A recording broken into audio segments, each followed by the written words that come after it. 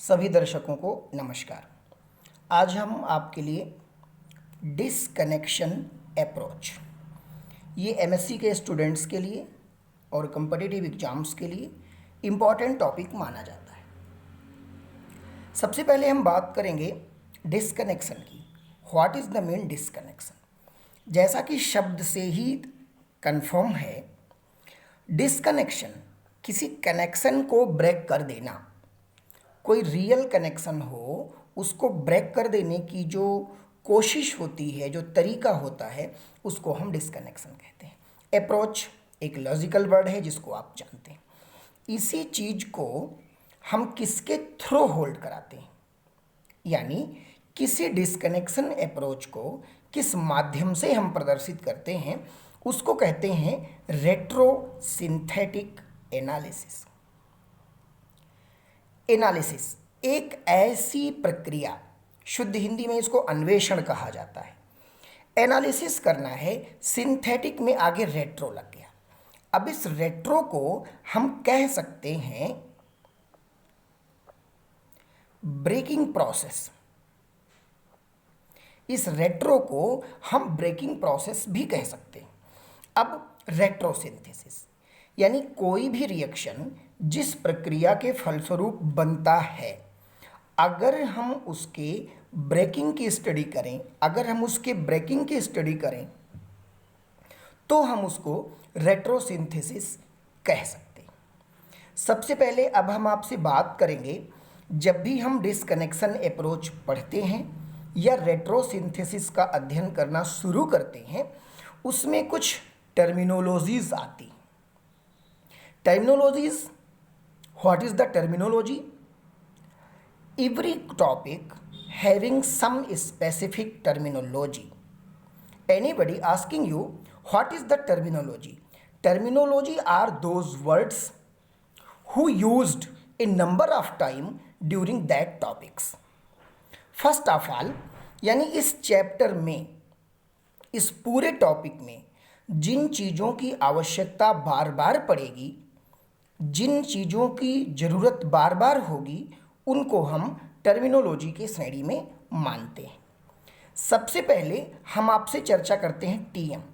जैसे जब भी ये पूरा चैप्टर आपको पढ़ाया जाएगा, बार बार इसमें अध्यापक के द्वारा या जो भी लेक्चरर होगा उसके द्वारा टीएम बार बार टीएम यूज़ किया जाएगा, तो उसको हम टर्मिनोलॉजी के श्रेणी में रखते हैं। सबसे पहले हम टीएम की बात करें। क्या है भाई टीएम? टीएम आपका टारगेट मॉलिक्यूल होता है। अब बात आती है टारगेट मॉलिक्यूल क्या है? एक ऐसा मॉलिक्यूल, एक ऐसा नेचुरल, बिल्कुल एक ऐसा मॉलिक्यूल जिसे सिंथेसाइज्ड मॉलिक्यूल, यानी जिसका मुझे सिंथेसिस करना है, वो मॉलिक्यूल मेरा टारगेट मॉलिक्यूल कहलाता है। ओवरऑल आप समझिए कि जिस कंपाउंड को मुझे प्रिपेयर करना है, जिस कंपाउंड को मुझे बनाना है, वो कंपाउंड हमारा टारगेट मॉलिक्यूल कहलाता है। एक दूसरी चीज इसमें हम आएंगे, आप देखें FGI। ये भी बहुत अच्छी टर्मिनोलॉजी है, बार बार यूज होगी पूरे चैप्टर में। FGI का मतलब क्या होता है? F for functional, G for group, I for inter conversion. Functional group inter conversion. तो इतना बड़ा प्रोनाउंसिएशन के कारण इसको संक्षेप में during study this topic FGI बार बार हम लोग कहते रहते हैं। अब बात आती है FGI क्या है, उसको भी हमने डिफाइन किया है। The process of inter converting one functional group to another during analysis, यानी एनालिसिस के दौरान one functional group to another का जो कन्वर्टेशन है उसको हम FGI बोलेंगे। यानी किसी एक फंक्शनल ग्रुप को दूसरे फंक्शनल ग्रुप में चेंज करने का जो तरीका होता है उसे हम FGI या फंक्शनल ग्रुप इंटर कन्वर्जन कहते हैं। नेक्स्ट आपको हम ले चलते हैं सिंथान। ये सिंथान, ये भी एक यूनिक टर्मिनोलॉजी है जो अन्य चैप्टर्स में नहीं मिलती है। Synthon, an idealised part arising in the disconnection. ध्यान दीजिए, एक तो आइडियलाइज्ड, दूसरा एराइजिंग। आप इसको नहीं प्रोड्यूस करते हैं। इन द डिस्कनेक्शन, जब भी डिस्कनेक्शन होता है तो वहां एक आइडियल पार्ट एराइज होता है जिसको हम सिंथॉन कहते हैं। Next, synthetic equivalent.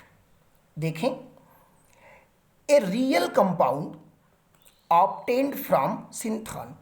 ये जो ऊपर सिंथॉन आपको बताया गया, इस सिंथॉन के द्वारा यदि कोई रियल कंपाउंड बनाया जा सकता है तो उसको हम सिंथेटिक इक्विवेलेंट कह सकते हैं। नेक्स्ट आपका सिंथेसिस बैकवर्ड। ये कॉमन सा वर्ड है, सिंथेसिस बैकवर्ड। आइए देखें, break down of a TM. देखिए टीएम की जरूरत पड़ी, ये टीएम हम आपको ऊपर पढ़ा चुके थे। तो break down of a TM, किसी टीएम यानी टारगेट मॉलिक्यूल को ब्रेक डाउन करते समय into available starting material by FGI, यानी एफजीआई के यूज के द्वारा किसी टारगेट मॉलिक्यूल को तोड़ते जाएं और अवेलेबल स्टार्टिंग मटेरियल तक हम पहुंच जाएं तो इसको हम सिंथेसिस बैकवर्ड कह सकते हैं। और ओवरऑल अगर बात करें तो जो सिंथेसिस बैकवर्ड है यही आपका रेट्रोसिंथेसिस है और यही आपका डिस्कनेक्शन अप्रोच के अंडर में आता है। ईटीसी में अन्य ढेर सारे छोटे छोटे टर्मिनोलॉजीज हैं जिसकी ज़रूरत पड़ती रहेगी, तो वो सिंपल हैं, उनको नॉर्मली समझा जा सकता है। तो आइए अब हम चलते हैं, इस टॉपिक को शुरू करते हैं इसके इंट्रोडक्शन की तरफ। तो इंट्रोडक्शन पार्ट में हम आपको सबसे पहले कुछ सामान्य सी बातें बताते हैं। आइए देखें, सबसे पहले ये हमारी हैंडराइटिंग का मटेरियल है जो हमारे बच्चे पढ़ते रहे हैं। आइए देखें, सबसे पहले अगर हम इंट्रोडक्शन की बात करें, क्या है रेट्रोसिंथेसिस एनालिसिस। आइए देखिए, a process by which a compound is break down to the target molecule. एक ऐसा तरीका, a process by which a compound is break down into the target molecule. कोई compound to the target molecule into available starting material by imaginary breaking of bonds. ध्यान देंगे, यहां एक शब्द use हुआ है इमेजिनरी, अर्थात किसी टारगेट मॉलिक्यूल को ब्रेक डाउन यानी तोड़ दिया जाए इनटू अवेलेबल स्टार्टिंग मटेरियल, जो भी स्टार्टिंग मटेरियल अवेलेबल है, by imaginary breaking of bonds. जो ब्रेकिंग ऑफ बॉन्ड्स है उसको इमेजिन करते हुए, ध्यान देंगे एंड आर यहां दोनों लगा है, या तो एंड या तो आर अथवा दोनों। Functional group interconversion FGI is known as disconnection approach और सिंथेसिस बैकवर्ड। अभी अभी हमने आपको बता भी दिया था। इस पूरे डिस्कनेक्शन अप्रोच को ये डबल एरो के द्वारा यहां से प्रदर्शित किया जाता है। बात आती है, मान लीजिए कि जेड हमारा कोई टारगेट मॉलिक्यूल है, टीएम है, हम यहां पे रेट्रो दिखा रहे हैं। अब रेट्रो यानी जेड को तोड़ करके हम एक्स और वाई बना पा रहे हैं, इस घटना को हम बोलते हैं रेट्रोसिंथेसिस। यानी जहां से आप फॉरवर्ड जो पढ़ रहे हैं ये रेट्रोसिंथेसिस होगी और ये जो बैकवर्ड आप देख रहे हैं यहां सिंथेसिस होगी। अर्थात जेड से, चूंकि शुरुआती चीजें हैं इसलिए विस्तार पूर्वक आपको बता रहे हैं, जेड से एक्स और वाई का बनना ये रेट्रोसिंथेसिस कहलाएगा और एक्स और वाई के द्वारा जेड का बनना ये सिंथेसिस कहलाएगा। हम आपसे चर्चा करेंगे, एक हमने एस्टर लिया है, जो कंपाउंड आप देख रहे हैं ये एस्टर है, पीएच यहाँ पे कार्बन है, ये O, फिर ये C डबल बॉन्ड O और यहाँ भी PH।